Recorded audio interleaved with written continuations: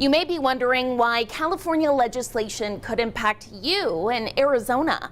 Here at Davis & Meats, they say it's the possibility of higher prices on pork. Everything from pork chops to ribs. They say it could be a lot pricier for your summer barbecue. So there's just going to be more space for the animals, essentially, what we're talking about. 24 cubic feet they're talking about, and sounds pretty reasonable to me. Reasonable for the animals, at least. Thanks to the Supreme Court backing the California animal cruelty law, they will have more space for breeding. But when it comes to the pork industry as a whole, the word reasonable could be a little far-fetched. It's going to result in a higher operating cost for the pork producers in the Midwest. Initially, like we discussed, maybe for like the first 3 to 5 years until it becomes more implemented. So there will be some costs associated with that are going to have to be passed on down the supply chain, ultimately to the consumer. 3 to 5 years of increased prices on pork like this.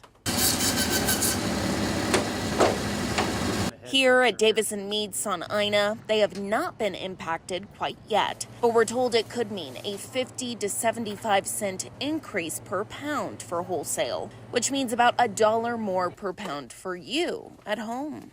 You know, our position is that it's worth it. A statement from Peta's president says in part, quote, Peta commends the Supreme Court for blocking the meat industry's greedy attempt to deny mother pigs, hens, and calves a miserably few inches more space in enclosures that still prevent them from taking barely a single step.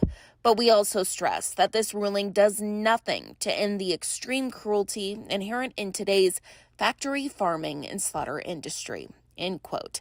Now, if you're wondering when this ruling will impact you. You have your all-natural pork, like what we handle that's not injected, and those are the ones that high-end markets like us use, and also like a lot of chefs. That's going to be impacted first. If they're pumping the pork with a solution that adds a little weight to it, then they have more leeway to go before their costs are going to have to increase. So the grocery stores will be the last ones to increase their pork prices.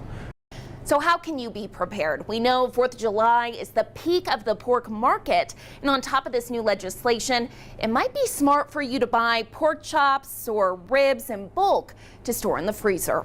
Reporting in Marana, Carson, Courier 13 News.